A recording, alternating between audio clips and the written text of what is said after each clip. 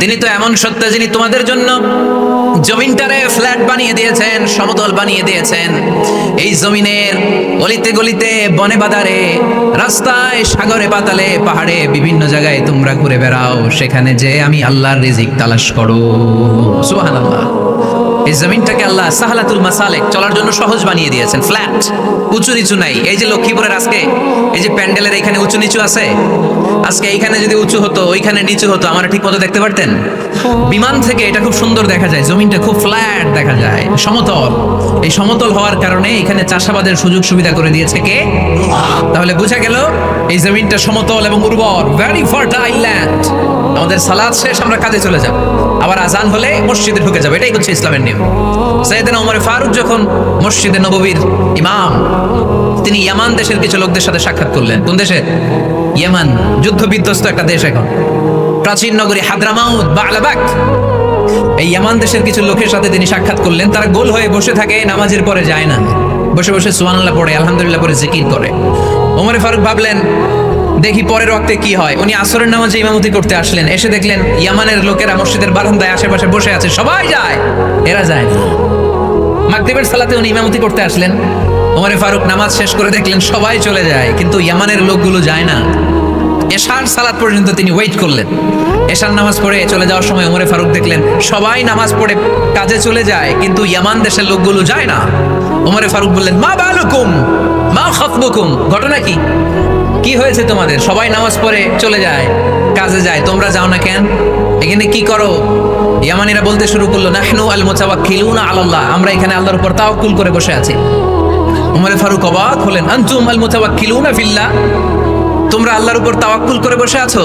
তো এই যে সারাটা দিন খাপটি মেরে এখানে বসে থাকলে তোমাদের খাবার আসে কোত্থেকে? উপার্জন হয় কি করে? ইনকাম আসে কোত্থেকে? রুজি রুটি হয় কোত্থেকে? ইয়ামানি লোকগুলো বললো, আমরা এখানে বসে বসে জিকির করি, তেলাওয়াত করি, বুজুর্গের মতো বসে থাকি, আমাদের বুজুর্গিয়া জিকির দেখে আশেপাশের লোকেরা এসে আমাদেরকে খাবার দিয়ে যায়।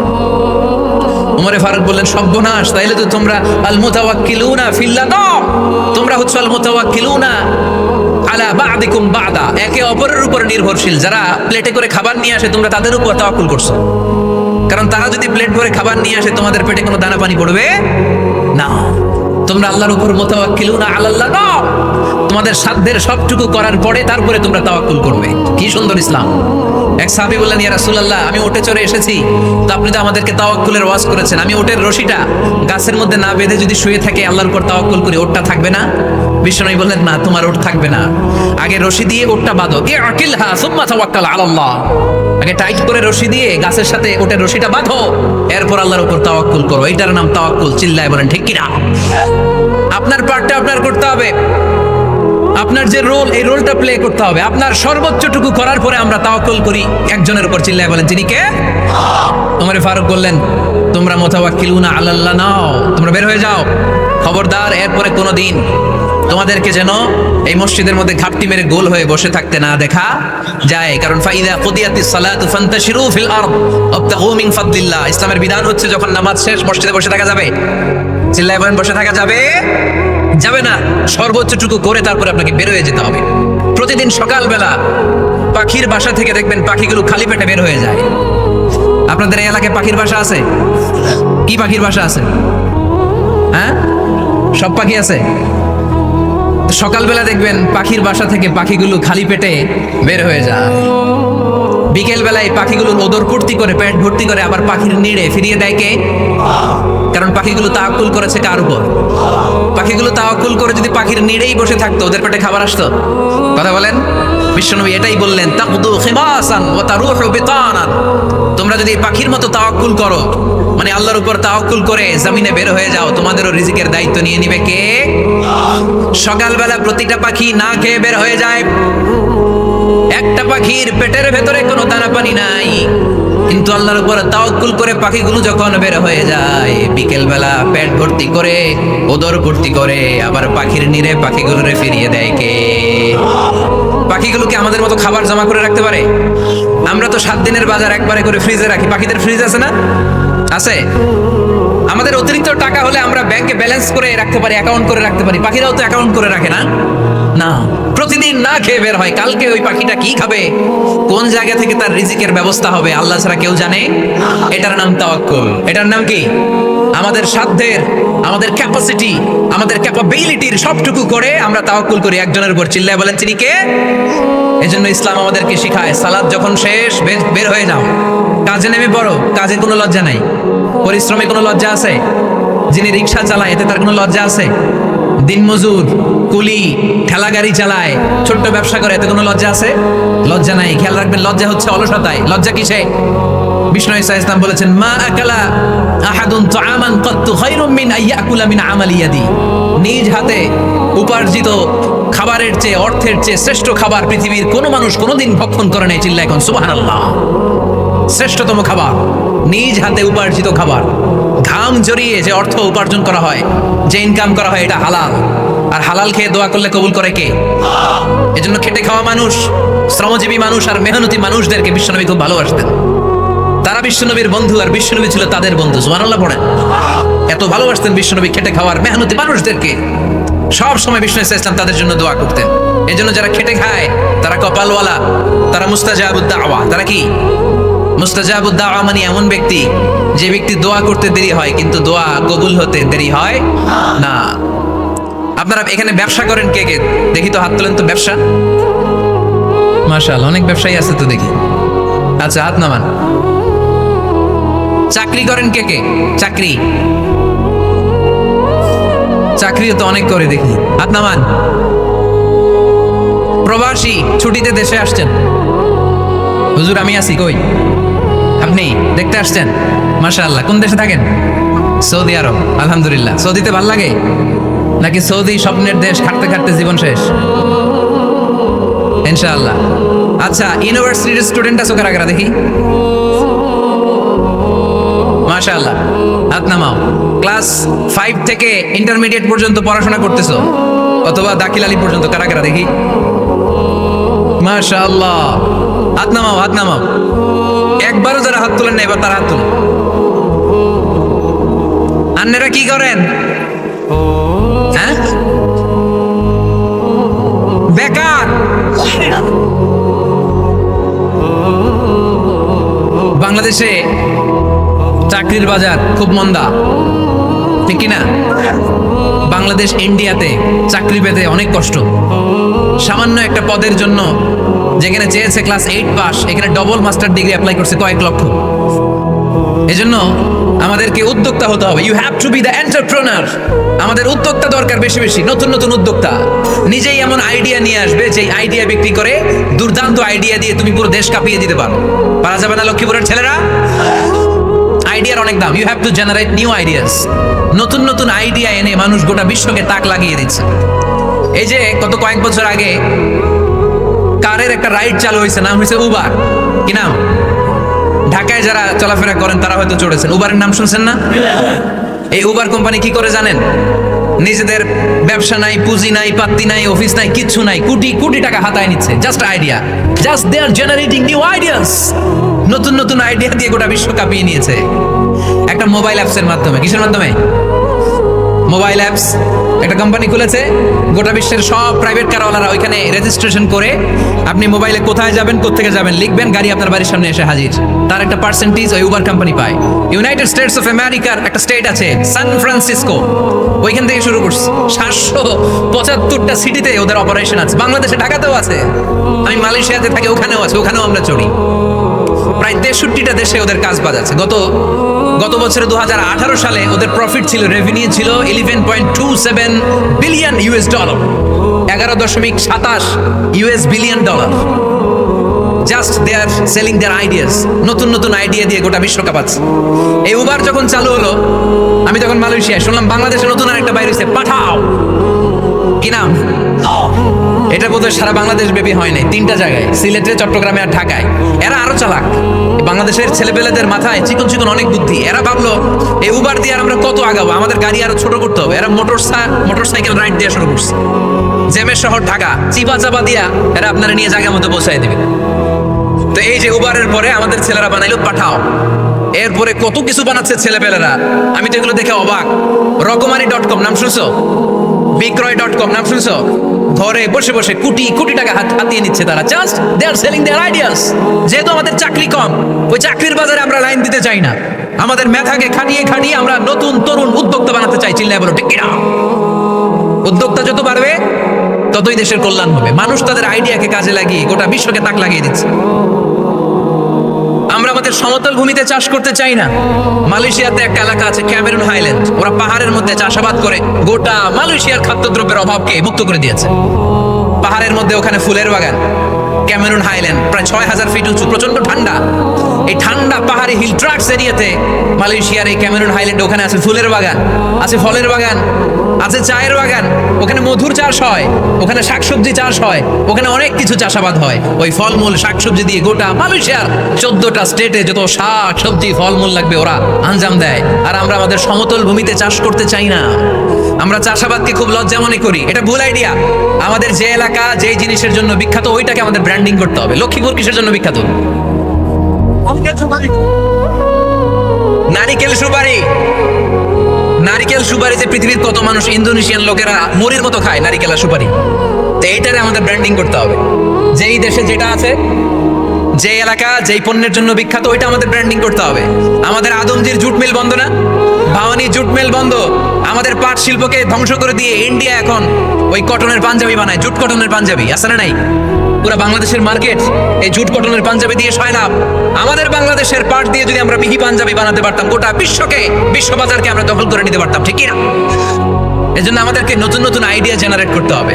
চাকরির পিছনে বসে থাকলে চলবে না। আর আজান যদি হয়ে যায় ছুটে যাব মসজিদে, আর নামাজ শেষ হলে আমরা আমাদের কাজের দিকে চলে যাব। চিল্লায় বলেন ঠিক কিনা? যেটাই করবো আমরা ভালোভাবে করবো। আল্লাহ বলেছেন লিয়াবলুয়াকুম আইয়ুকুম আহসানু আমালা। লক্ষ্মীপুরের ভাইয়েরা আওয়াজ করে উত্তর দেন, আওয়াজ করে উত্তর দিতে হবে।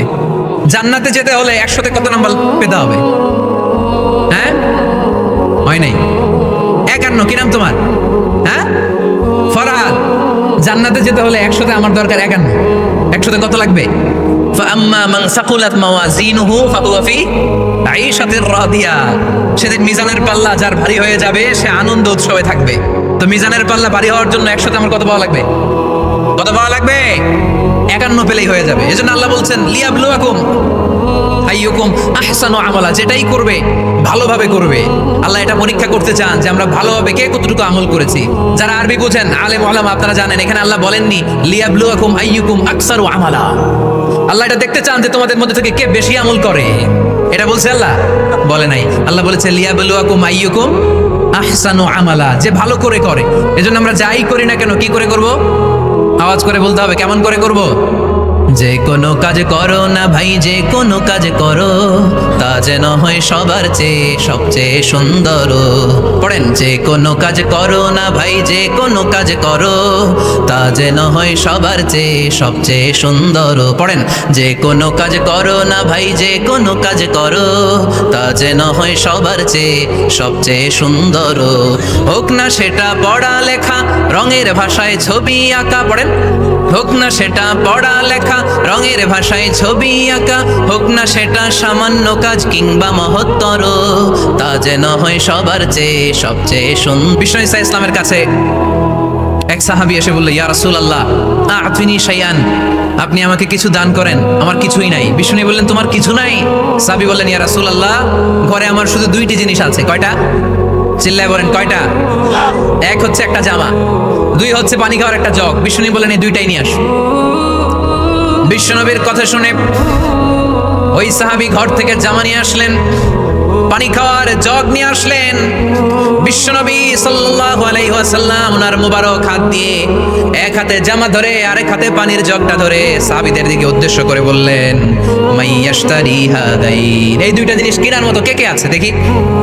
কয়েকজন হাত তুললো। বিশ্বনবী বললেন, কত দিয়ে কিনবা? এক সাহাবী বলে, ইন্নী আশতারিহিমা বিদিরহাম। ও নবী, যদিও এগুলো আমার দরকার নাই, কিন্তু আপনি যেহেতু নিলামে ডাক তুলেছেন, ইয়া রাসূলুল্লাহ, ইয়া হাবিবাল্লাহ, আপনার সম্মানে আমি 1 দিরহাম দিয়ে 2টা জিনিস কিনে নেব। 1 দিরহাম, একটা জামা, একটা পানি খাওয়ার জগ, দাম কত? 1 দিরহাম। বিশ্বনবী বললেন, না না, 1 দিরহাম তো অনেক কম হয়ে যায়। মাইয়াজিদু আলা যালিক, এর চেয়ে বেশি দামে কে কিনবা? আরেক সাহাবী হাত তুলে বলতে লাগলি, ইয়া রাসূলুল্লাহ ইয়া হাবিবাল্লাহ ওয়া ইন্নী আশতারিহিমা বিদিরহামাইন, আমি এই জামাটার পানি খাওয়ার জগটা 1 দিরহাম নয় 2 দিরহামের বিনিময়ে কিনতে চাই। বিষ্ণু ইসা ইসলাম ওই সাহাবাকে দিয়ে দিলেন, দিয়ে 2 দিরহাম নিয়ে যে লোকটা ভিক্ষা করতে এসেছিল তার হাতে 2 দিরহাম দিয়ে বললেন, যাও 1 দিরহাম দিয়ে ঘরে খাবার কিনে দিয়ে আসো, আরেক দিরহাম দিয়ে একটা কুঠার কিনে নিয়ে আসো। শুনতেছেন? কি কিনে নিয়ে আসো? কুঠার দিয়ে কি করে? গাছ কাটে। ওই সাহাবী কুঠার কিনে নিয়ে আসার পরে বিশ্বনবী নিজ হাতে কুঠারের মধ্যে একটা কাঠের হাতল লাগাই দিলেন। আল্লাহু আকবার। হাতল ছাড়া কুঠার ইউজ করা যাবে? বিশ্বনবী নিজ হাতে ওই কুঠারের ভেতরে একটা হাতল লাগাই দিলেন আর বললেন, লা উরিদু আন আরাকা 15 আইয়াম, এই কুঠার নিয়ে জঙ্গলে যাও, গায়ে অনেক শক্তি আছে, কাঠ কাটো, এই কাঠ কেটে বাজারে বিক্রি করো, সামনের 15 দিন যেন আমি আমার চোখের সামনে তোমার না দেখি। বিশ্বনবীর পরামর্শ অনুযায়ী কুঠার নিয়ে ওই সাহাবী জঙ্গলে চলে গেলেন। কাঠ কেটে বাজারে বিক্রি করতে করতে 15 দিন পরে 10 দিরহাম নিয়ে বিশ্বনবীর দরবারে হাজির হয়ে গেলেন। 10 দিরহাম নিয়ে বিশ্বনবীর কাছে হাজির হয়ে গেলেন। সাহাবী এসে বলল, ইয়া রাসূলুল্লাহ, এখন আর আমার ভিক্ষা করা লাগে না, আমার গায়ে অনেক শক্তি আল্লাহ দিয়েছে, আই এম ভেরি এনার্জেটিক, আপনার দেয়া বরকতের কুঠার দিয়ে আমি কাঠ কেটে কেটে স্বাবলম্বী হতে শুরু করেছি। সুবহানাল্লাহ পড়েন। আমি এখন 10 দিরহামের মালিক। বিশ্বনবী বললেন, লা আইয়াহতাতিবা আহাদুকুম হুজমাতান আলা যাহরিহি খায়রুম মিন আইয়াসআলা শাইআন ফায়ুতিয়াহু আও ইয়ামনাহু, যাদের গায়ে শক্তি আছে তারা ভিক্ষা না করে কাঠ কেটে পিঠে সেই বোঝা নিয়ে বাজারে বিক্রি করা অনেক ভালো, কারণ কারো কাছে যদি তুমি হাত পাতো সে দিতেও পারে নাও দিতে পারে, আর কষ্ট করলে কষ্ট কোনোদিন বৃথা যায় না। চিল্লায় বলেন ঠিক কিনা? বিষ্ণু ইসা ইসলামের অনুপ্রেরণায় এই সাহাবা অল্প কিছুদিনের ব্যবধানে স্বাবলম্বী হয়ে গেলেন। What is the moral of the story? বিশ্বনবীর এই প্রফেটিক স্টোরি থেকে আমাদের কি শিক্ষা? লেসন নাম্বার 1, বিশ্বনবী চাইলেই ওই 2 দিরহাম দিয়ে বলতে পারতো, যাও খাবার দাবার কিনে ফ্যামিলিতে দিয়ে আসো। সে ওই 2 দিরহাম নিয়ে খাবার দাবার কিনে ফ্যামিলিকে খাইয়ে রাত্রে আবার ভিক্ষায় নামতো। কথা কন, রাত্রে কি করতো? ভিক্ষায় নামতো। বিষ্ণু ইসা ইসলাম তাকে কাজ করে খাওয়ার জন্য উৎসাহ দিলেন। পাশাপাশি বিষ্ণু ইসা ইসলাম পার্মানেন্ট সলিউশন দিলেন। এজন্য পার্মানেন্ট সলিউশনের ব্যবস্থা করতে হবে। অনেকে আমরা যাকাত দেই, যাকাতের শাড়ি দেই, যাকাতের লুঙ্গি দেই, আছে না নাই? লক্ষ্মীপুরে এরকম দেয় নাকি? কি দেয়? হ্যাঁ, গাড়ি গাড়ি দেয়, শাড়ি না। যাকাতের শাড়ি, যাকাতের লুঙ্গি বলতে কোনো কথা ইসলামে নাই। এগুলো খুব কম দামি শাড়ি, যাদেরকে এগুলো দেওয়া হয় তাদেরকে অপমান করা হয়, ঠিক কি না? আল্লাহ বলেছেন, ওয়ালাকাদ কাররামনা বানি আদম, I have dignified the status of the sons of Adam, আমি আদমের সব সন্তানদেরকে সম্মানিত করেছি। সুবহানাল্লাহ পড়েন। আপনাদের চেয়ে সম্মানিত কেউ আছে? মানুষের চেয়ে সম্মানিত গোটা বিশ্বে আর কোনো মাখলুকাত আছে? নাই। এজন্য যাকাতের শাড়ি দেওয়া যাবে না, যাকাতের লুঙ্গি দেওয়া যাবে না। যাকাতের শাড়ি আপনারা দেখছেন? এটারে একবার ধোয়ার পরে দ্বিতীয়বার পরা যায় না। মশারি কি পাতলা, এর চেয়েও পাতলা। এই জন্য যাকাতের শাড়ি, যাকাতের লুঙ্গি বলতে ইসলামে কোনো পরিভাষা নাই। আপনাকে স্বাবলম্বী করে দেওয়ার চেষ্টা করতে হবে। যারা লক্ষ্মীপুর জেলায় বিজনেস ম্যাগনেট আছেন, তারা একসাথে হয়ে একটা স্ট্রং যাকাত ম্যানেজমেন্ট প্ল্যাটফর্ম করতে পারেন, যেখান থেকে আপনারা বিভিন্ন থানায়, বিভিন্ন গ্রামে বাছাই করে করে কিছু ভাইদেরকে যাকাত দিতে পারেন স্বাবলম্বী করার উদ্দেশ্যে। যেই ফ্যামিলিকে আছে, কি নাম এটা? পল্লী উন্নয়ন ক্লাব। মাশাআল্লাহ, যাকাত ফান্ড দিয়ে বিদেশে লোক পাঠায়। এর চেয়ে সুন্দর পদ্ধতিতে যাকাত বিতরণ আর হতে পারে? যেই লোকটাকে, যেই ছেলেটাকে বিদেশে পাঠানো হয়েছে, ওই ফ্যামিলিটা আর কোনোদিন যাকাতের শাড়ি নেওয়ার জন্য লাইনে দাঁড়াবে? যেই ছেলেটাকে ওনারা অস্ট্রেলিয়ান গাভী কিনে দিছে, দুধ বিক্রি করে যেই ফ্যামিলিটা স্বাবলম্বী হতে শুরু করেছে, তারা আর কোনোদিন যাকাতের লাইনে যেয়ে দাঁড়াবে না। এজন্য যাকাত দিতে হবে স্বাবলম্বী করার জন্য। ইসলাম আমাদেরকে এটাই শিখিয়েছে, কাজ করে খেতে হবে। কাজে লজ্জা নেই, লজ্জা হচ্ছে অলসতায়। লজ্জা কিসে? আজকের আলোচনা থেকে এটা মুখস্থ করে নিতে হবে। কাজে লজ্জা নেই। লক্ষ্মীপুরের ইয়াংস্টারেরা, শ্রমে লজ্জা নেই, পরিশ্রমে লজ্জা নেই, লজ্জা অলসতায়। লজ্জা কিসে? আরো জোরে। নবীরা কি এমনি এমনি বসে বসে খাইছে? কঠিন পরিস্থিতিতেও নবীরা পরিশ্রম করে উপার্জন করা লেগেছে, ঠিক কিনা? সাইয়েদানা মারিয়াম আলাইহিস সালাম, যার নামে আল্লাহ তাআলা কোরআনে একটা সূরা দিলেন, উনি পৃথিবীতে এমন একজন মহিয়সী নারী, যেই নারীর গর্ভে, যেই নারীর পেটের ভেতরে স্বামীর স্পর্শ ছাড়া সন্তান দিয়েছে কে? সাইয়েদানা ঈসা আলাইহিস সালাম পেটে আসলেন। মারিয়াম আলাইহিস সালাম লজ্জা পেলেন। হায় হায়, কেমন করে এলাকাবাসীদের কাছে আমি আমার মুখ দেখাবো? বিয়ে করি নাই, স্বামী নাই, বিয়ে হয় নাই, স্বামী নাই, কিন্তু পেটে সন্তান চলে এসেছে। হায় হায়, এলাকায় কেমনে মুখ দেখাবো? লজ্জায় পড়ে মারিয়াম আলাইহিস সালাম এলাকা থেকে চলে গেলেন। কি অবাক করা কাণ্ড, বাচ্চা ভূমিষ্ঠ হওয়ার জন্য, বড় হওয়ার জন্য 6 মাস 7 মাস লাগে নাই, পেটে বাচ্চা আসার সাথে সাথে বাচ্চাটারে বড় করে দিয়েছে কে? সাইয়্যিদাতুনা মারইয়াম আলাইহিস সালাম এবার বসে বললেন, বুঝতে আরম্ভ করলেন প্রেগন্যান্সির পেইন উঠেছে। হঠাৎ করে পেট থেকে বাচ্চা ভূমিষ্ঠ হয়ে যাওয়ার পরে উনি কাঁপতে আরম্ভ করলেন, ক্ষুধার চোটে, খাবার কিছু নাই, সামনে ঝর্ণা, উপরে একটা খেজুর গাছ। সাইয়েদনা ঈসা আলাইহিস সালামকে কোলে নিয়ে মারইয়াম আলাইহিস সালাম মনে মনে ভাবে, হায় রে, কেউ যদি একটু খেজুর পেড়ে দিত, এই ক্ষুধার মুহূর্তে আমি খেজুর খেয়ে পেটের ক্ষুধা নিবারণ করতাম। রব্বুল আলামিন মারইয়ামকে উদ্দেশ্য করে আয়াত নাজিল করে দিলেন, ওয়া হুজ্জি ইলাইকি বিজিযিন নাখলাতি তুসাকিত আলাইকি রতবান জানিয়া। কোরআন সাক্ষী, হুজ্জি ইলাইকি বিজিযিন নাখলা, এর মানে হচ্ছে মারইয়াম কেউ পেড়ে দিবে না, একটু কষ্ট করে হাতটা উঁচু করে খেজুরের ডালা ধরে ঝাঁকুনি মারো, টসটসে কাঁচা পাকা খেজুর নিচের দিকে পড়বে, তারপর তুমি তুলে খাবে। সুবহানাল্লাহ পড়ে। আল্লাহ চাইলে অটোমেটিক্যালি কারামাত হিসেবে খেজুরগুলো নিচে ফেলতে পারতেন না? কথা কম, খেজুরগুলো অটোমেটিক্যালি নিচের দিকে পড়ছে? পড়ে নাই। আল্লাহ শিক্ষা দিয়েছে, যেই পরিস্থিতিতে থাকো না কেন, তোমাকে শ্রম ব্যয় করে, কষ্ট করে তোমার উপার্জন করতে হবে, রিজিকের বন্দোবস্ত করতে হবে। চিল্লায় বলেন ঠিক কিনা? ইসলাম আমাদেরকে এটাই শিখিয়েছে, কাজে লজ্জা নাই। আবার বিশ্বনবী বললেন, ইন খামাতিস সাআ ওয়া ফি ইয়াদি আহাদিকুম ফাসিলাতুন, তোমাদের কারো হাতে যদি একটা চারা বীজ থাকে, সে যদি দেখে কিয়ামত হতে শুরু করেছে, ফাইন ইসতাতা আন ইয়াগরিসাহা ক্বাবলা আন তাকুমাস সাআ ফালইয়াগরিসহা, কারো হাতে একটা চারা বীজ নিয়ত করেছে, চারা বীজটা রোপণ করবে, ইন দ্য মিন টাইম দেখলো কিয়ামত হতে শুরু করেছে, বিশ্বনবী বললেন, যদি তোমার সুযোগ থাকে কিয়ামত হওয়ার আগে চারা বীজটা রোপণ করে দাও। কথা বুঝতে পেরেছেন? আপনার হাতে একটা চারা বীজ, আপনি প্ল্যান করেছেন এই চারা বীজটা রোপণ করবেন, ইন দ্য মিন টাইম দেখলেন কি হওয়া শুরু হয়েছে, ইদা জুলজিলাতিল আরদু জিলজালাহা, দ্য বিগেস্ট আর্থকোয়েক, ভূমিকম্প শুরু হয়েছে, কিয়ামত হয়ে যাবে। বিশ্বনবী বললেন, কিয়ামত হইতেছে ওদিকে, আর তোমার হাতে যদি চারা বীজ থাকে, দেরি করো না, কিয়ামত তোমার কাছ পর্যন্ত আসার আগে সুযোগ পেলে চারা বীজটা রোপণ করে দাও। ইসলাম শিখিয়েছে শেষ নিঃশ্বাস পর্যন্ত তোমাকে লড়ে যেতে হবে। এই পৃথিবীতে কেউ কাউকে জায়গা করে দেয় না, জায়গা করে নিতে হবে। এই পৃথিবীটা, the life is not a bed of roses, এটা ফুল বিছানো কোনো ফুল সজ্জা নয়, এটা কণ্টকাকীর্ণ। কেউ আপনার স্পেস করে দিবে না, কেউ আপনাকে সুযোগ করে দিবে না, কেউ আপনার জায়গা করে দিবে না, বরং আপনি জায়গা করে নিলে টাইনা নিচে নামাবে। কথা বলেন। এজন্য কখনো অলসতাকে স্থান দেয়া যাবে। রসুল বাত্তালি দুক্কানু শয়তান, অলস মস্তিষ্ক শয়তানের আড্ডা। অলস যদি কেউ থাকে, এটারে টেনে বেঁধে কাজে নামাবেন, পারা যাবে? আলহামদুলিল্লাহ, লক্ষ্মীপুরে এরকম অলস ছেলে পেলে নাই, আছে। আমরা আজকে অলসতাকে নো বলে যাবো এই মাহফিল থেকে। অলসতাকে আমরা কি বলবো? আওয়াজ করে বলতে হবে, অলসতাকে কি বলবো আমরা? মুমিনের জীবনে কোনো অলসতা নেই। অলস হয় মুনাফিকরা। অলস হয় কারা? চিল্লায় বলতে হবে। মুমিনরা অলস হয়। অলস হয় কারা? এজন্য কোরআনে আল্লাহ একথাও বলে দিলেন, ওয়াইদা কামু ইলাস সালাতি কামু কুসালা ইউরাউনান নাসা ওয়ালা ইয়াযকুরুনাল্লাহা ইল্লা কালিলা। সুবহানাল্লাহ পড়েন। মুনাফিকরা যখন মানুষকে দেখানোর জন্য নামাজে যায়, ওই নামাজে তাদের ইখলাস নাই, ওই নামাজের ভেতরে তাদের কোনো খুশু খুদু নাই, ওই নামাজের ভেতরে আছে শুধু অলসতা। ওই নামাজে কি আছে? কিন্তু আমরা যখন নামাজে যাই, আমাদের অলসতা আছে? আমরা নামাজ পড়লে আমাদের হৃদয়টারে সজীব করে দেয় কে? আমরা উযু করলে আমাদের মনটাকে চাঙ্গা করে দেয় কে? আমরা মসজিদে ঢুকলে হৃদয়টাকে প্রাণবন্ত করে দেয় কে? মুমিন তো নামাজে গেলে চাঙ্গা হয়, মুমিন উযু করলে চাঙ্গা হয়। বিষ্ণু ইসা ইসলাম বললেন, ইয়াকিদু শাইতানু আলা কাফিয়াতি রাসি আহাদিকুম ইদা নাম। খেয়াল করে শুনবেন লক্ষ্মীপুরের ভাইরা, চমৎকার একটা হাদিস। আমরা যখন ঘুমোতে যাই, শয়তান আমাদের প্রত্যেকের মাথার পিছনে 3টা অলসতার গিট মারে। কয়টা? আওয়াজ করে বলেন।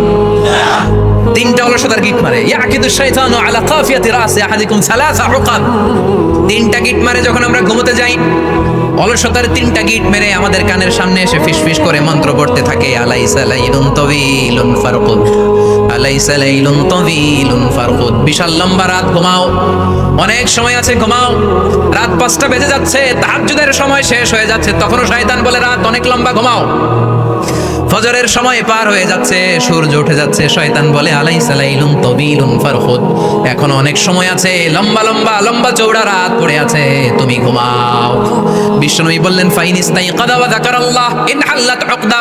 আমার উম্মতের কেউ যখন ঘুম থেকে জেগে ঘুম থেকে ওঠার দোয়া পড়া শুরু করে দেয়, অলসতার প্রথম গিটটা সাথে সাথে খুলে দেয় কে? আপনি ঘুম থেকে উঠেই যখন ঘুম থেকে ওঠার দোয়া পড়বেন, আপনার অলসতার প্রথম গিট খুলে দেয় কে? ঘুম থেকে ওঠার দোয়াটা কি? আলহামদুলিল্লাহিল্লাযী আহইয়ানা বা'দা মা আমাতানা ওয়া ইলাইহিন নুশুর। প্রশংসা সে আল্লাহ, যে আল্লাহ আমাদেরকে লম্বা একটা ঘুম শেষে, মৃত্যু শেষে আমাদেরকে ঘুম থেকে উঠালেন। এই দোয়াটা পড়ার সাথে সাথে শয়তান যে তিনটা গিট মারছে, ওই তিনটার একটা খুলে দেয় কে? Fine তাওয়াদ্দা in হাল্লাত উকদা। ঘুম থেকে জেগে ঘুমের দোয়া পড়ার পরে যখন কেউ ওযু করে ফেলে, অলসতার দ্বিতীয় গিটটাও খুলে দেয় কে? ওযু করার পরে ফাইন সাল্লাত ইন হাল্লাত উকদা, নামাজের মুসল্লায় দাঁড়িয়ে যখন নামাজ শুরু করে দেয়, অলসতার 3 নাম্বার গিটটাও খুলে দেয় কে? তিনটা গিট যখন খুলে দেয়, বিষ্ণু সাল্লাল্লাহু আলাইহি ওয়াসাল্লাম বললেন ফাসবাহা নাশীতাল কলব।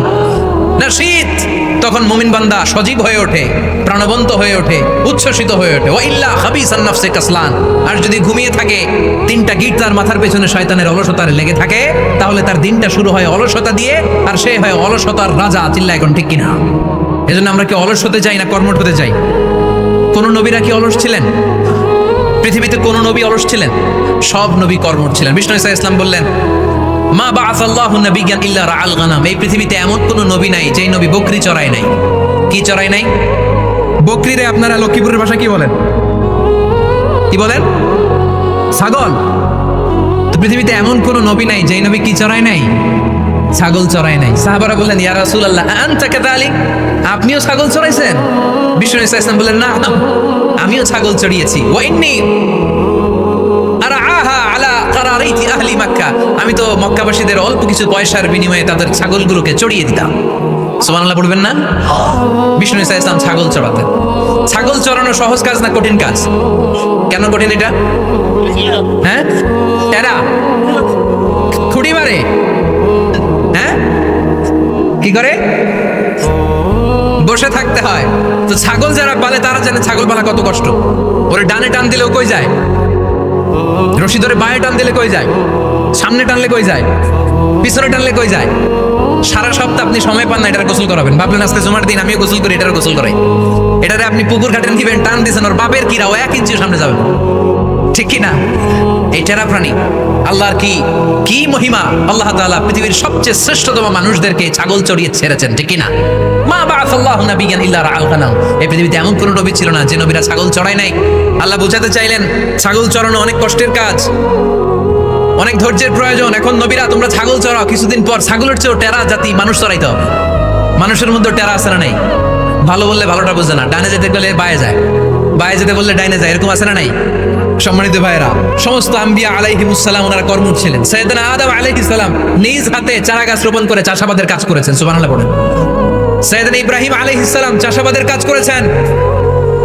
সাইয়েদনা দাউদ আলাইহিস সালাম নিজ হাতে যুদ্ধের জন্য যে পোশাক পরতে হয়, যেটা পরলে গায়ের মধ্যে ছুরি মারলেও ঢুকে না, ওই শিরস্ত্রাণ বানিয়েছেন, নিজ হাতে তলোয়ার বানিয়েছেন। সুবহানাল্লাহ পড়েন। সাইয়েদনা মুসা আলাইহিস সালাম ছাগল চড়িয়েছেন। সাইয়েদনা মুসা আলাইহিস সালামের মেজাজ নরম না গরম?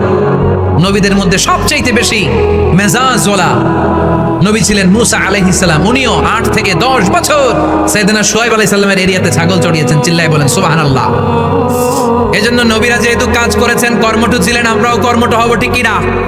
সাহাবারাও কর্মঠ ছিলেন। বিশ্বনবীর সাহাবারাও ব্যবসা করতেন। সাইয়েদনা আবু বকরের বিশাল ব্যবসা প্রতিষ্ঠান ছিল। সুবহানাল্লাহ পড়েন। আপনারা হজ উমরা করেছেন কে কে দেখি? করছেন? মাশাআল্লাহ। যারা করেন নাই আল্লাহ তাদেরকে আল্লাহর ঘর জিয়ারতের তুমি নসিব করো। বিশ্বনবীর মাকবারার সামনে দাঁড়িয়ে আমরা যেন সালাম পেশ করতে পারি, তুমি নসিব করো। বাইতুল্লাহ শরীফে এবং মসজিদ নববীতে আমরা যেন সালাত আদায় করতে পারি, আল্লাহ তুমি নসিব করো। সাইয়েদনা আবু বকর রাদিয়াল্লাহু তাআলা আনহুর ব্যবসা প্রতিষ্ঠান ছিল মক্কার কাবা ঘরের পাশেই। ওনার ব্যবসা প্রতিষ্ঠানগুলো যেখানে ছিল ঠিক ওইখানেই সৌদি সরকার এখন শপিং মল বানিয়ে দিয়েছে, মাসজিদ আবু বকর। মক্কা শহরের যেখানে বহিরাগতরা এসে ওখানে ছাগল, ওখানে ঘোড়া, উট এগুলো রাখতো, আস্তাবল রাখতো। ঘোড়া আর উট যেখানে রাখা হতো ঠিক ওই জায়গায় সৌদি সরকার ওটার পার্কিং লট বানাই দিচ্ছে। মানে যেখানে আগে সাহাবাদের ব্যবসার জায়গা, ওইখানে বর্তমানে শপিং মল। যেখানে আগের সময়কাল সাহাবারা উট আর ঘোড়া রেখে বাঁধতো, ওইখানে এখন গাড়ি ঘোড়া রাখার ব্যবস্থা করা হয়েছে। সাইয়েদনা আবু বকর অনেক বড় ব্যবসায়ী ছিলেন। ওনার নিজ টাকা দিয়ে হাবাসা থেকে আসা সাইয়েদনা বেলালকে তিনি 20,000 স্বর্ণ মুদ্রা দিয়ে উমাইয়া ইবনে খালাফের কবল থেকে তিনি মুক্ত করেছেন। সাইয়েদনা উসমান যুন নূরাইন বড় ব্যবসায়ী ছিলেন। নিজের টাকা দিয়ে মদিনার মুসলমানেরা পানি খেতে পারে না। বীরে রুমা নামে একটা কুয়া ছিল, এই কুয়ার মালিক ছিল ইহুদি। মুসলমানেরা পানি খেতে গেলে এসে বকা দিত, পানি খেতে দিত না। বিশ্বনবী বললেন, আমার সাহাবীদের মধ্যে এমন কি কেউ নাই নিজের অর্থায়নে বীরে রুমা কিনে মুসলমানদেরকে দিয়ে দিবে? সাইয়েদনা উসমান যুন্নুরাইন বলল, ইয়া রাসূলুল্লাহ, আপনার খেদমতে আমি হাজির। মুহূর্তের মধ্যে সাইয়েদনা উসমান যুন্নুরাইন নিজের অর্থায়নে বীরে রুমাটা কিনে মুসলমানদের জন্য সদকা করে দিয়েছে। তো ব্যবসা না করলে, কর্মঠ না হলে, উপার্জন না হলে সদকা করা যাবে? চিল্লায় বলেন, করা যাবে? সুনানে তিরমিজির বর্ণনা, বিষ্ণু ঈসা ইসলাম মক্কা থেকে যত সাহাবারা হিজরত করে মদিনায় এসেছে, মদিনাতে কোনো না কোনো সাহাবার সাথে বিশ্বনবী ভ্রাতৃত্বের বন্ধনে আবদ্ধ করে দিয়েছে। সুবহানাল্লাহ পড়েন। এজন্য মক্কা থেকে যারা এসেছে এদেরকে বলে মুহাজির। এদেরকে কি বলে? আর মদিনায় যারা ছিল এদেরকে বলে আনসার। এদেরকে কি বলে? আওয়াজ করে উত্তর দিবেন। মক্কা থেকে যারা এসেছে তাদের নাম, আর যারা মদিনার সাহাবী তাদের নাম আনসার। আজকে এই মাহফিলে লক্ষ্মীপুর এর বাইরে থেকে কারা কারা আসছেন দেখি? মাশাআল্লাহ, মাশাআল্লাহ, অনেক আসছে। আল্লাহ এই ভাইদেরকে তুমি কবুল করো, হাত নামান। এই যে লক্ষ্মীপুরের বাইরে থেকে যে ভাইরা আসছে তারা লক্ষ্মীপুরের মেহমান, ঠিক কিনা? মক্কা থেকে হিজরত করে যে সমস্ত সাহাবারা এসেছিল তারা ছিল মদিনার মেহমান। বিশ্বনবী এক এক মক্কার সাহাবীকে মদিনার এক এক সাহাবীর সাথে ভ্রাতৃত্বের বন্ধনে আবদ্ধ করে দিলেন। আব্দুর রহমান ইবনে আউফ রাদিয়াল্লাহু তাআলা আনহু, উনার সাথে ভ্রাতৃত্বের বন্ধনে যে সাহাবীকে বিশ্বনবী আবদ্ধ করে দিলেন, উনার নাম হচ্ছে সাআদ ইবনে রাবিয়া। কি নাম? মদিনার অনেক বড় ব্যবসায়ী। বিশ্বনবী বললেন, ও আব্দুর রহমান ইবনে আউফ, সম্পদ ছেড়ে দিয়ে, পরিবার ছেড়ে দিয়ে, স্থাবর স্থাবর সব ছেড়ে দিয়ে আল্লাহ রাসূলের ভালোবাসায় মক্কা থেকে মদিনায় এসেছো। মদিনায় তোমার চিন্তা নাই, সাদ ইবনুর রবিকে আমি তোমার ভাই বানিয়ে দিলাম। সাদ ইবনে রবি তোমার আপন ভাইয়ের মতো। সাদ ইবনে রবি বলল, আব্দুর রহমান, জীবনে তোমারে কোনোদিন দেখি নাই, তোমারে আমি চিনি না, তোমার নাম শুনি নাই, কিন্তু বিশ্বনবী তো তোমার দায়িত্ব আমাকে দিয়েছে। আমার চেয়ে বড় ধনী মদিনার মধ্যে দ্বিতীয় কেউ নাই। আজ থেকে তুমি আমার ভাই, আজ থেকে তুমি আমার কি? আল্লাহ আমাকে যত সম্পত্তি দান করেছে তার অর্ধেক সম্পত্তি আমি তোমার নামে দিয়ে দিলাম। ও আব্দুর রহমান ইবনে আউফ, শুধু তাই নয়, রব্বুল আলামিন আমাকে দুইজন স্ত্রী দিয়েছে। কয়জন? তুমি দেখো আমার কোন স্ত্রীকে তোমার বেশি ভালো লাগে, যার নাম তুমি বলবে সাথে সাথে আমি তারে তালাক দিয়ে দিব। তার ইদ্যত পালন শেষে তুমি তাকে বিয়ে করে তোমার সাথে নিয়ে যাবা। সুবহানাল্লাহ। কারণ বিশ্বনবী তোমার দায়িত্ব আমার কাছে দিয়েছে, তুমি আমার ভাই। আমি মদিনার সবচেয়ে বড় ধনী, আমার অর্ধেক সম্পদ আমি তোমারে দিয়ে দিব। আমার দুই স্ত্রীর এক স্ত্রীকে তোমারে দিয়ে দিব। সাইয়েদনা আব্দুর রহমান ইবনে আউফ এই কথা শুনে অবাক হলেন। অবাক হয়ে উনিও এক অবাক কথা বললেন। উনি বললেন, লা হাজাতা লি ফি ইয়া আখি, ও আমার প্রাণের ভাই, তোমার কথা শুনে আমার হৃদয়টা ভরে গিয়েছে, কিন্তু তোমার সম্পদেরও দরকার আমার নাই, তোমার স্ত্রীরও দরকার আমার নাই। বারাকাল্লাহু ফি মালিক ওয়া লি আহলিক, আল্লাহ তোমার মালেও বরকত দেখ, তোমার সম্পদেও বরকত দেখ। তুমি শুধু একটু কষ্ট করবা। কি কষ্ট? দুল্লানি আলা সুক, show me the way to the market. তুমি মদিনায় কোনো মার্কেট আছে কিনা, শপিং মল আছে কিনা, ব্যবসা প্রতিষ্ঠান আছে কিনা আমারে দেখায় দাও। সুবহানাল্লাহ পড়ো। আমরা হইলে কি করতাম? লক্ষ্মীপুরে যারা আসছে এদের একজন যদি বলা হয়, ভাই আপনি এখন থেকে লক্ষ্মীপুরের ভাই, আমার অর্ধেক সম্পদ আপনারা দিয়ে দেব, কি করবে? পায়ের উপর পা তুলে খাবে আর বলবে, কি আনন্দ আকাশে বাতাসে, ঠিক কিনা? এরপর যদি বলি, ভাই আমার দুই বউ যেটারে সুন্দর লাগে বলেন তালাক দিয়ে দেই, নিয়ে যান, কি বলবে? কি আনন্দ আকাশে বাতাস। আল্লাহ রাসূলের সাহাবী আব্দুর রহমান ইবনে আউফ বললেন, লা হাজাতা লি ফি, আমার দরকার নেই। দুল্লানি আলা সুক, just show me the way to market. এখানে মার্কেট কই আছে দেখায় দাও।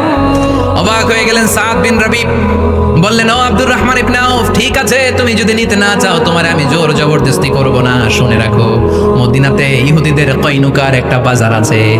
এই কথা বলার সাথে সাথে আব্দুর রহমান ইবনে আউফ চলে গেলেন। এর পরের দিন অল্প কিছু পনির আর ঘি দিয়ে ব্যবসা শুরু করলেন।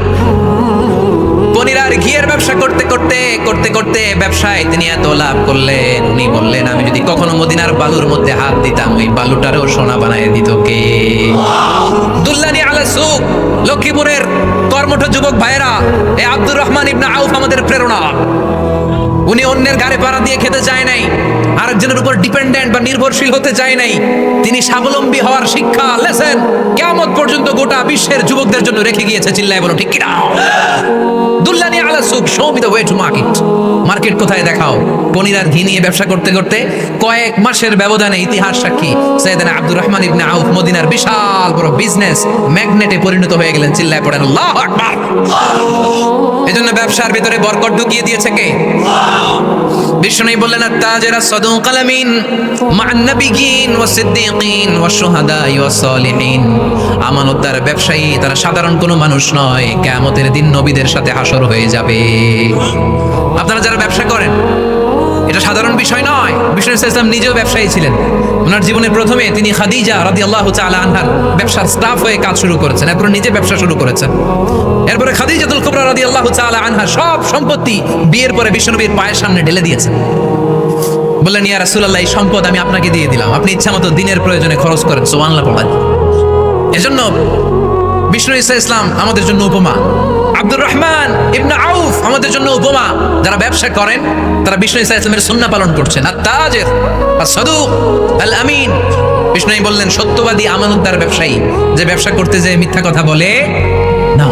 অনেক ব্যবসায়ীরা আছে পণ্য চালানোর জন্য মিথ্যা কথা বলে আর কসম কাটে, আছে না নাই? আহা, এমনটা করা যাবে? সকালবেলা স্ত্রীরে বলে, এই গরুগুলা বিক্রি করবো, তুই একটা দাম কত কমো? স্ত্রীরে শিখাই দিচ্ছে, এই গরুর দাম তুই 40,000। তো বউ বলে, ঠিক আছে, দাম কইলাম 40,000। তো এরপরে বাজারে যখন গরু বিক্রি করতে যায়, একজন যখন বলে যে, ভাই এটা 30,000 টাকা দিয়ে কিনবো, কয়, ভাই আল্লাহর কসম, সকালে একজন 40,000 দাম কইছে, আমি দেই নাই। আছে না নাই? কৌশল করে। বউরে শিখাইছে সকালে, কয় তুই দাম কর 40,000।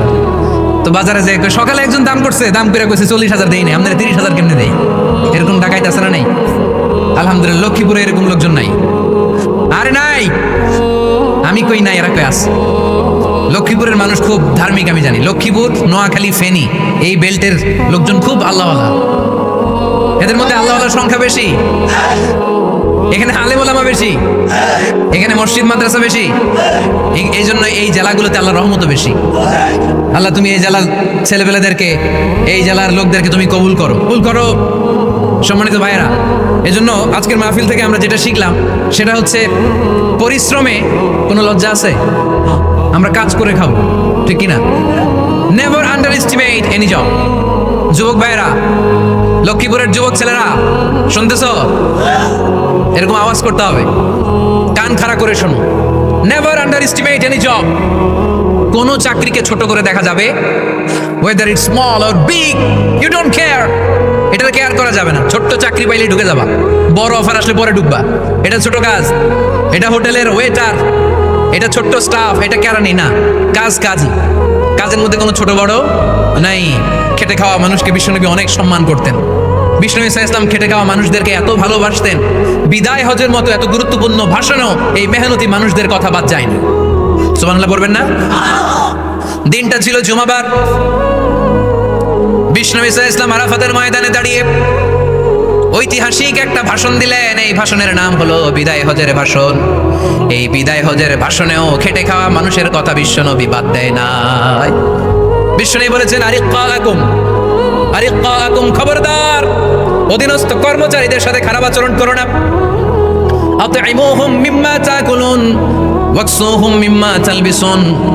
খবরদার, মনে রেখো, তোমরা যা খাবে তোমাদের অধীনস্থ কর্মচারীদেরও তা খাওয়াবে, তোমরা যা পড়বে তাদেরও তা পড়াবে। বিশ্বনবী শেষ নিঃশ্বাস ত্যাগ করে যাওয়ার আগে যেই কয়েকটা কথা বলেছিলেন, তার মধ্যে মেহনতি মানুষদের জন্য কথা আছে না নাই? বিষ্ণু ইসলাম যখন শেষ নিঃশ্বাস ত্যাগ করবেন, তিনি বলেছিলেন, আসসালাত আসসালাত, উম্মতেরা, নামাজ ছেড়ে দিও না, নামাজ তরক করো না, নামাজ কাজা করো না। আর বলেছিলেন, ওমা মালাকাত আইমানুকুম, অধীনস্থ কর্মচারীদের সাথে খবরদার খারাপ আচরণ করো না। যারা কর্মচারীদের সাথে খারাপ আচরণ করে, যারা মানুষের কাছ থেকে শ্রম নিয়ে কাজ করিয়ে টাকা দেয় না, কিয়ামতের দিন তাদের বিরুদ্ধে মামলা দায়ের করবে কে করবে? হাদিসে কুদসি সাক্ষী বিষ্ণু ইসলাম বলেন, আল্লাহ তাআলা ফরমান, আনা খাসমুহুম সালাসাতুন, আনা খাসমুহুম ইয়াউমাল কিয়ামা। 3 শ্রেণীর ব্যক্তির বিরুদ্ধে আল্লাহ বলেন, আমি নিজেই কিয়ামতের দিন মামলা দায়ের করব। I will be against them in the day of judgment. 3 categories of people, I will be against them in the day of judgment. 3 শ্রেণীর লোক কিয়ামতের দিন তারা ছাড় পাবে না। আল্লাহ বলেন, আমি নিজেই তাদের বিরুদ্ধে মামলা দায়ের করব। এর মধ্যে এক শ্রেণীর লোক হচ্ছে রাজুলুন ইস্তাআজারা আজিরান ফাস্তাউফা মিনহু ওয়া লাম ইয়াতি আজরা। একজন শ্রমিক ভাড়া করে তার কাছ থেকে কাজ নিয়েছে, কিন্তু তার পারিশ্রমিক আদায় করে নাই। এরকম আছে না নাই? দাপট দেখায় ইউনিভার্সিটির ক্যান্টিনগুলোতে, ইউনিভার্সিটির ক্যান্টিনে যা খায় মাগার বিল দেয় না, এরকম ডাকাইত আছে না নাই? চায়ের দোকানে চা খায় আগে পরে দিন বিল দেয় না, আছে না নাই? দোকানে যে পণ্য কিনে বিল দেয় না, কয় পরে দিন আসরা নাই, কিয়ামতের দিন আল্লাহ তোর এই মাস্তানি ছুটাবে, চিল্লা এখন ঠিক কিনা? আনা খাসমুহুম, আমি নিজেই তাদের বিরুদ্ধে মামলা দায়ের করব। কথাটা কার? এজন্য বিশ্বনবী বললেন, খবরদার, মেহনতি মানুষ, খেটে খাওয়া মানুষ, এদের দোয়া কবুল হয়ে যায়। আতুল আজিরা আজরাহু ক্বাবলা আন ইয়াজিফা আরাকুহু, খবরদার, বিশ্বনবী বললেন, শ্রমিকের ঘাম শুকিয়ে যাওয়ার আগে তাদের পারিশ্রমিক মিটিয়ে দাও। বিশ্বনবীর বিখ্যাত হাদিস, আতুল আজিরা আজরাহু ক্বাবলা আন ইয়াজিফা আরাকুহু, শ্রমিকের ঘাম মাটিতে লাগার আগে, শুকিয়ে যাওয়ার আগে তাদের পারিশ্রমিক মিটিয়ে দাও। কেননা তারা যদি বদদোয়া করে তোমার জীবনকে জাহান্নাম বানিয়ে দিবে কে? বিষ্ণু ঈসা ইসলাম সব সময় খেটে খাওয়া মানুষদেরকে আগলে রাখতেন। সব সময় শুধু যে ভাষণে মেহনতি মানুষদের সাথে ভালো আচরণ করতে বলতেন, শ্রমিকদের সাথে ভালো আচরণ করতে বলতেন, এমনটা নয়। ওনার ব্যক্তিগত জীবন ঘাটলেও দেখা যায় উনি শ্রমিকদের সাথে কেমন আচরণ করেছেন। বিষ্ণু ঈসা ইসলামের একজন খাদেম ছিল, আপনারা তার নাম জানেন? কি নাম? সবাই বলেন। আনাস। আওয়াজ করে বলেন, বিশ্বনবীর খাদেমের নাম? নামটা কেমন লাগে? ভালো লাগে? ছেলে হইলে রাখবেন তো? রাখবেন? অনেকে আমার জিজ্ঞেস করে যে আমার একটা ছেলের নাম বলে দেন। এই এলাকার যদি কারো সম্ভাব্য আগন্তুক 2 মাস পরেই ছেলে পৃথিবীতে আসবে, এর নাম রাখবেন আনাস। নাম কি রাখবেন? খাদিমু রাসূলিল্লাহ, আল্লাহ রাসূল সাল্লাল্লাহু আলাইহি ওয়াসাল্লামের খাদেম। এই খাদেমের কাছ থেকে একটু শুনেন ওনার মালিক কেমন ছিল। শুনবেন নাকি কষ্ট হচ্ছে? সম্মানিত ভাইরা, খেয়াল রাখবেন, কোন পীর সাহেবের ব্যাপারে যদি আপনি রিপোর্ট চান, পীর সাহেবের বউয়ের কাছ থেকে শুনবেন। কথা কয় না, বোঝে নাই বোধ হয়। একজন পীর সাহেব হুজুর উনি কেমন, রিপোর্ট নেবেন কার কাছ থেকে? কার কাছ থেকে? বউয়ের কাছ থেকে। একজন বড় সাহেব, বড় নেতা, তার ব্যাপারে যদি রিপোর্ট পেতে চান, আমি কয়েকটা জায়গা বলে দিই, এই জায়গাগুলো থেকে রিপোর্ট নেবেন। 1 নাম্বার তার ড্রাইভার, 1 নাম্বার। 2 নাম্বার তার বাড়ির দারোয়ান, 2 নাম্বার। 3 নাম্বার তার খাদেম, 3 নাম্বার। 4 নাম্বার তার ঘরের কাজের মেয়ে, 4 নাম্বার। এদের কাছ থেকে আসল রিপোর্ট পাওয়া যায়, ঠিক কিনা? এবার বিশ্বনবীর ব্যাপারে বিশ্বনবীর খাদেম কি বলে শুনবেন? বুঝে নাই বোধ হয়। বিশ্বনবীর ব্যাপারে বিশ্বনবীর খাদেম কি কমেন্টস করছে শুনতে চান? খাদেমের নাম আরো জোরে বলতে হবে। আনাস রাদিয়াল্লাহু তাআলা, আনাস রাদিয়াল্লাহু তাআলা আনহু বলেন, বিশ্বনবী যখন মক্কা থেকে মদিনায় হিজরত করে আসলেন, মদিনার অলিতে গলিতে আনন্দের বন্যা বয়ে গেল। তলা আল বাদরু আলাইনা বলে সবাই বিশ্বনবীকে বরণ করে নিল, সবাই বিশ্বনবীর সাথে দেখা করতে আসলো। সবাই যখন আনসারী নারী পুরুষরা দেখা করতে যায়, আমার আম্মাও বলল, আনাস, মক্কা থেকে বিশ্বনবী এসেছে, চলো তোমারে নিয়ে দেখা করতে যাই। আনাসের মা, আনাস রাদিয়াল্লাহু তাআলা আনহু তখন খুব ছোট্ট, তিনি যে দেখে মানুষের ভিড়ে আনাসকে নিয়ে সামনে যাওয়া যায় না। আর তিনি দেখলেন মদিনার অলিতে গলিতে মানুষের ভিড়, আনসারী, আবাল বৃদ্ধ বনিতা, নারী পুরুষ সবাই বিশ্বনবীর সাথে দেখা করছে। আর যারাই দেখা করছে হাতে কোনো না কোনো হাদিয়া নিয়ে বিশ্বনবীর সাথে দেখা করতেছে। সুবহানাল্লাহ কইবেন না? আনসারী যত সাহাবারা বিশ্বনবীর সাথে দেখা করতে এসেছে, কি নিয়ে আসছে? কথা কয় না। তাহা দাও, তাহাব্বু, হাদিয়া দাও, একে অপরকে হাদিয়া দাও, তোমাদের মধ্যে ভালোবাসার বন্ধনকে বাড়িয়ে দিবে কে? আনাসের মা বললেন, আমি মানুষ ধাক্কাতে ধাক্কাতে বিশ্বনবীর সামনে পর্যন্ত গেলাম, যে দেখি সবাই বিশ্বনবীর হাদিয়া দেয়। আমি বিশ্বনবীর সামনে যে কাঁদো কাঁদো স্বরে বললাম, ইয়া রাসূলুল্লাহ, ইয়া হাবিবাল্লাহ, লাম ইউবকি রাজুলুন ওয়ালা ইমরাআতুন মিনাল আনসার ইল্লা ক্বাদ আতহাফাকা বিতুহফা। ও নবী, আমি দেখতে পেয়েছি আনসারী এমন কোন নারী নাই, এমন কোন পুরুষ নাই যে আপনাকে আপনার হাতে কোনো না কোনো হাদিয়া দেয় নাই। ওয়া ইন্নী লা আকদিরু আলা যালিকা মা উতহিফুকা বি। কিন্তু ইয়া রাসূলুল্লাহ, ইয়া হাবিবাল্লাহ, আমার কাছে তো কোনো টাকা নাই, আমার কাছে কোনো পয়সা নাই, আমার ঘরে এমন কোনো জিনিস নাই যে এই জিনিসটা আমি আপনারে হাদিয়া দেব, ইল্লা ইবনি হাদা, আমার এই নাট ছেঁড়া ধন, কলিজার টুকরা সন্তান আনাস ছাড়া। ও আখিরি জামানার পয়গম্বর, আমি আমার কলিজার টুকরা আনাসকে আপনারে হাদিয়া দিয়ে দিলাম।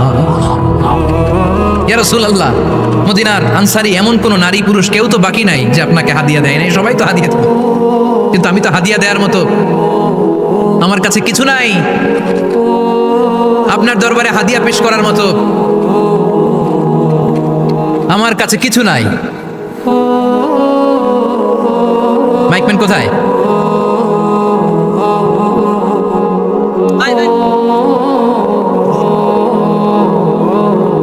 কোথায় মাইকম্যান? কি সমস্যা?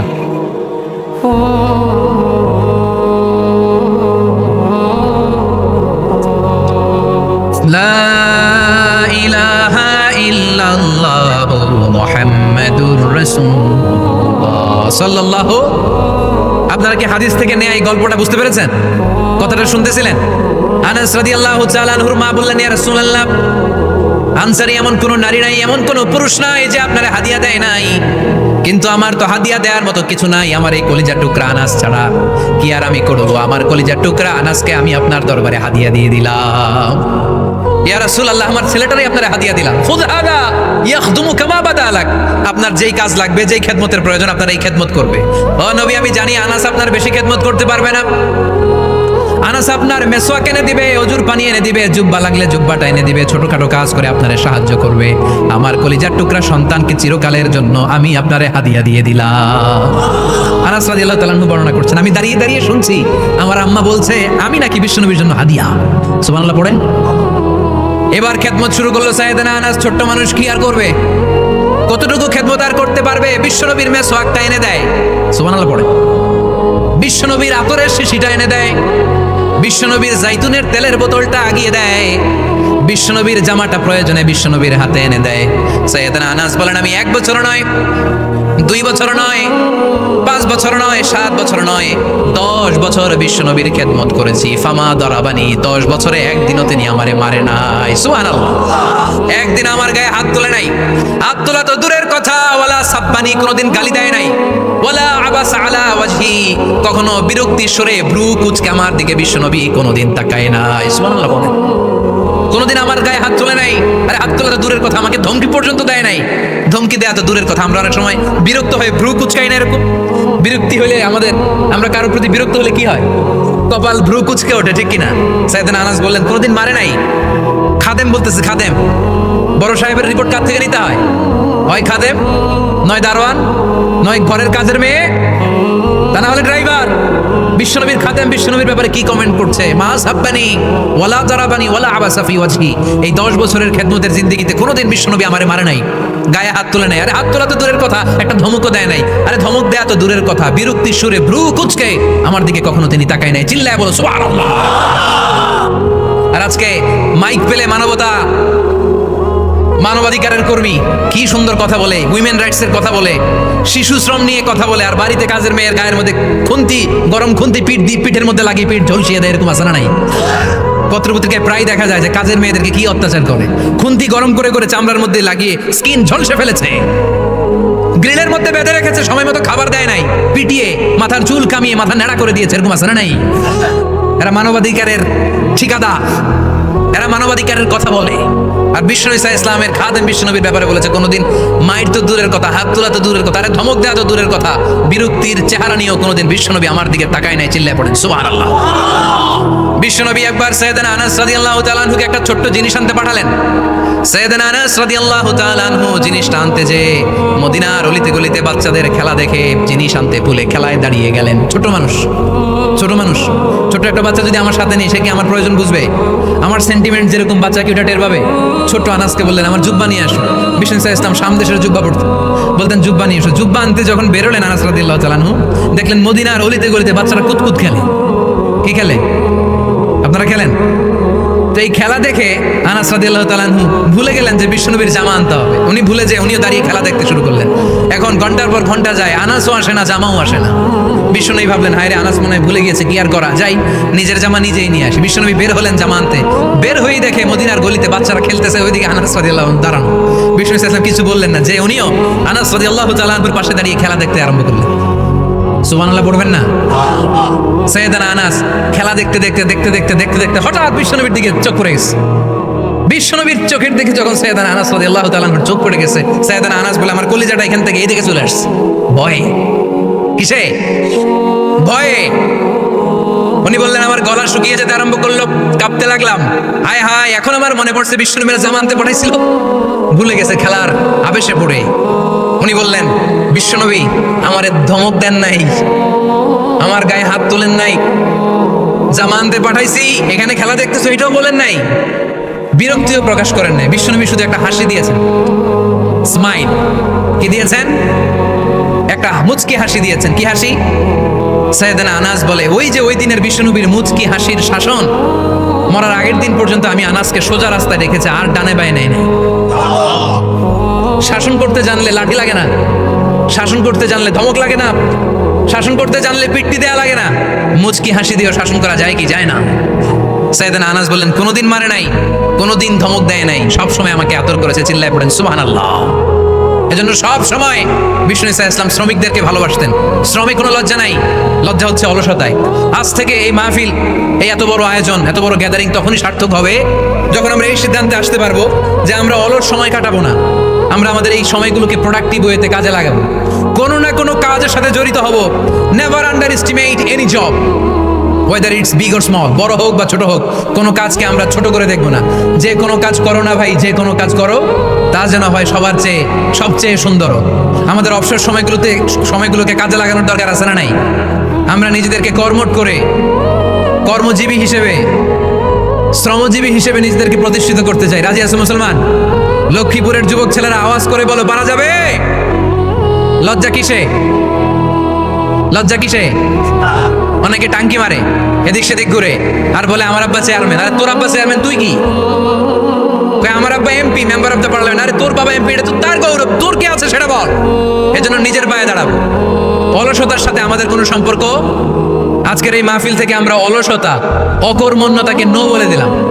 অলসতাকে আমরা কি বললাম? আরো জোরে বলতে হবে, অলসতাকে কি বলবো? আর সবসময় কর্মঠ থাকবো, এনার্জেটিক থাকবো, নিজের পায়ে দাঁড়াবো, আইডিয়া জেনারেট করবো, এন্টারপ্রেনার হওয়ার চেষ্টা করবো। নতুন নতুন উদ্যোক্তা হওয়ার মাধ্যমে আমরা আমাদের নিজেদের ভাগ্য পরিবর্তনের চেষ্টা করবো। কারণ আল্লাহ বলেছেন ইন্নাল্লাহা লা ইউগাইয়িরু মা বিকাউমিন হাত্তা ইউগাইয়িরু মা বিআনফুসিহিম। আল্লাহ তাআলা ততক্ষণ পর্যন্ত কোনো জাতির ভাগ্যের চাকার পরিবর্তন করে না যতক্ষণ পর্যন্ত ওই জাতি নিজে নিজের ভাগ্যের চাকার পরিবর্তন করতে না চায়। চিল্লা এখন ঠিক কি না? লাকাদ খালাকনাল ইনসানা ফি কাবাদ। আমি মানব জাতিকে কষ্ট সহিষ্ণু আর কর্ম সহিষ্ণু করে তৈরি করেছি। স্রষ্টা আমাদেরকে সৃষ্টি করে এক সংগ্রামে ঠেলে দিয়েছে। এখানে সংগ্রাম না করলে বেঁচে থাকা যায়? আমাদের সংগ্রামটা শুরু হয়েছে যখন আমরা মায়ের পেট থেকে বেরিয়েছি, ঠিক কিনা? একটা বাবার স্পার্মের মধ্যে 2 কোটি যদি শুক্রাণু না থাকে, সেখান থেকে সন্তান হয় না। তার মানে এই 2 কোটি শুক্রাণুর মধ্য থেকে আপনি একজন সফল মানুষ, যিনি বাকি 2 কোটির মধ্যে থেকে সব শুক্রাণুগুলোকে হারিয়ে আপনি সফল হতে পেরেছেন। সেখান থেকে দুনিয়ার বুকে আপনি যখন এসেছেন, আপনাকে সংগ্রাম করে আসতে হয়েছে। যারা সিজারের মাধ্যমে পৃথিবীতে আসে তাদের এই সংগ্রামটা থাকে না, কিন্তু যারা নর্মাল প্রসেসে পৃথিবীতে আসে তাদের প্রচন্ড সংগ্রাম করে, প্রচন্ড চাপা খেয়ে পৃথিবীতে আসতে হয়, ঠিক কিনা? কারণ আমাদের সাইজ ছিল অনেক বড়। আমাদের মায়ের যে অঙ্গটা দিয়ে আমরা পৃথিবীতে আসবো, ওই জায়গাটা ছিল খুবই সরু। আমাকে সংগ্রাম করে, আমাকে যুদ্ধ করে, আমার নিজের অস্তিত্বের প্রমাণ দিয়ে চিৎকার মেরে এই পৃথিবীতে আসতে হয়েছে। চিল্লায় বলো ঠিক কিনা? এই জন্য এই পৃথিবীর বুকে আমরা যতদিন থাকবো সংগ্রাম করে বাঁচতে হবে, ঠিক কিনা? পরিশ্রমে লজ্জা আছে? লজ্জা কিসে? মনে থাকবে লক্ষ্মীপুরের ছেলেরা, যে আয়াত দিয়ে শুরু করেছি সে আয়াত দিয়ে শেষ করছি। যখন সালাতের সময় হয় মসজিদে যাব, আর সালাত যখন শেষ হয় তখন মসজিদের বাইরে আমরা কাজে নেমে পড়বো। রাজি আছি তো?